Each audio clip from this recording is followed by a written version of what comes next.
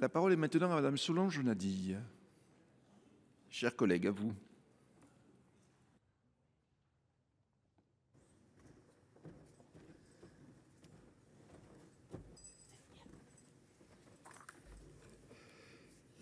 Merci.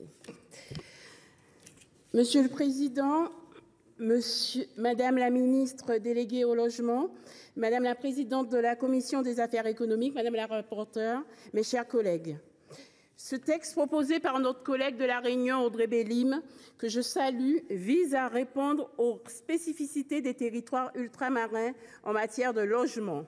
Ces territoires sont en effet marqués par une pression immobilière croissante et des coûts de logement particulièrement élevés, atteignant les coûts constatés dans les plus grandes villes de l'Hexagone. Nos concitoyens ultramarins doivent aussi faire face à une offre souvent insuffisante ou peu adaptée aux réalités locales.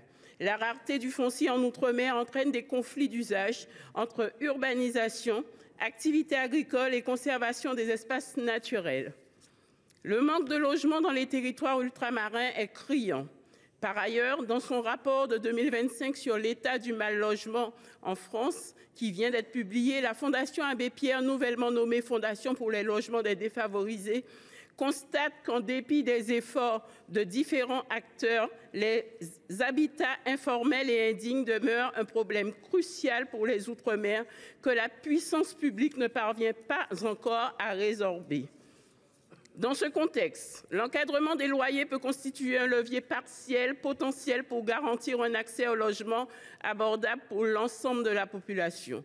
Introduit par la loi Élan du 23 novembre 2018, ce dispositif vise à réguler les hausses excessives des loyers dans les zones dites tendues où la demande locative est supérieure à l'offre disponible.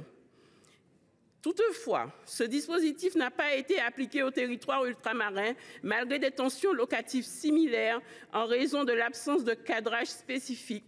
C'est l'objet de l'article 1 de la présente proposition de loi. La Commission des affaires économiques a souhaité recentrer ce texte sur ce seul article 1, alors que le texte initial entendait aussi insérer la question des normes dans le débat. Cela est très intéressant, mais néanmoins, il s'agit d'un travail de longue haleine. Il est donc assez périlleux de le porter à ce stade, non finalisé, au sein d'une proposition de loi dont le principal objet est l'encadrement des loyers.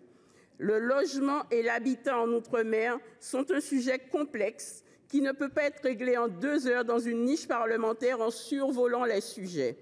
Nous espérons qu'un texte plus complet puisse être examiné dans les mois à venir, en se basant notamment sur les travaux de la délégation sénatoriale aux outre-mer.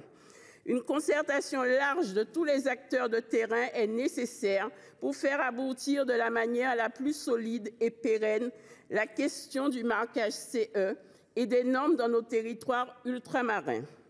Aussi, nous souhaitons alerter qu'en l'absence de garantie de la part de l'ensemble des assureurs présents dans nos territoires, la portée d'un éventuel article 3 serait alors annihilée.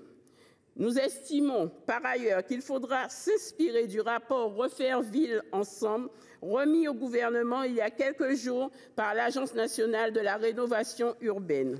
Ce rapport préconise notamment un programme de renouvellement urbain dédié à l'outre-mer, au regard des besoins spécifiques de ces territoires, avec actuellement peu d'ingénierie, une faible maîtrise foncière et une fragilité, voire un déficit d'opérateurs.